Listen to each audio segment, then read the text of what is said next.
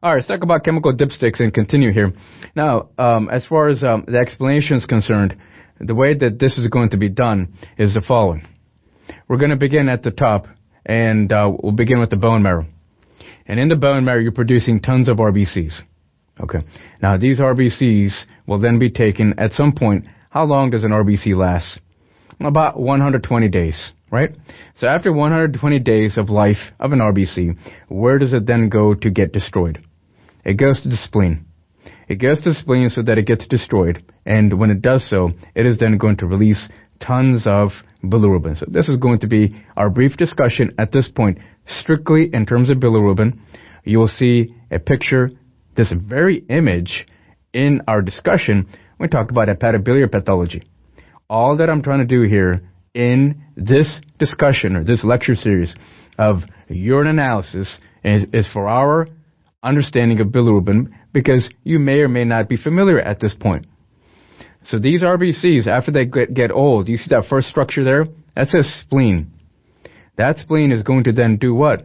It's going to destroy my RBC. Do you see that structure next to the spleen? What is that? That's a splenic macrophage. What is it doing? Mange. It's eating. What is it eating? It's eating that RBC.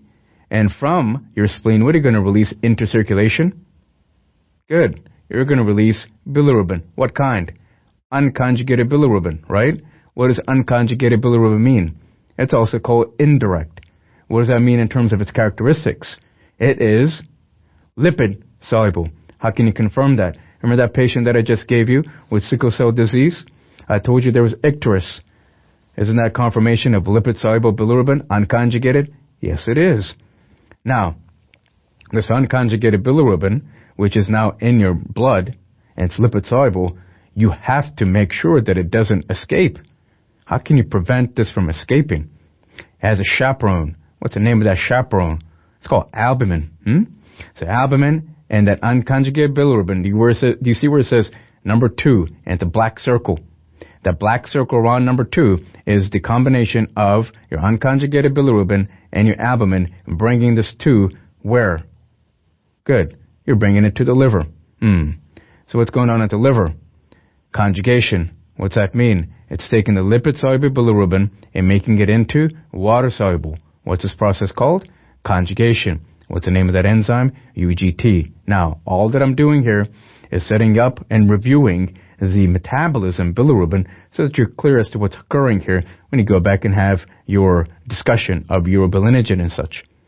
So now that you have a conjugated bilirubin, where are you going to get this? Do you see where it says biliary tree? Find it? Good. So now you get it into the biliary tree. Once you get into biliary tree, then where are you going to head up next? Blood or intestine, please? Good. Intestine. So you go into the second part of the duodenum. I go into the intestine. Who does? What kind of bilirubin? Conjugated bilirubin only. The conjugated bilirubin will go through the intestine, and then in your intestine, what happens? You have numerous steps biochemically in which you then produce urobilinogen, don't you? Now, this urobilinogen, depending as to what form, either cercobilin, or do you see where the urobilinogen is going to the kidney? Normally speaking, you should have trace amounts of urobilinogen in the form of urobilin, which gives you what color of your urine?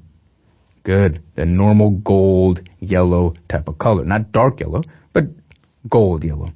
But this is urobilinogen. So at this point, we have discussed different forms of bilirubin, unconjugated bilirubin, conjugated bilirubin, urobilinogen. The only thing that I wish to bring to your attention, so you see this as being one big example. You see where it says biliary tree? What if there was obstruction? What kind of obstruction? Maybe a stone called docholithiasis, or something like primary sclerosing cholangitis. What I say? Primary sclerosing cholangitis. This is going to cause obstruction. So any conjugated bilirubin that you produce in the liver, can you get into the biliary tree? Nope. So what's the only method that you can leave the liver? Through the blood. So now you end up getting different components in your kidney, don't you? Meaning to say that you might get conjugated bilirubin. You might end up getting some of that bilirubin as well.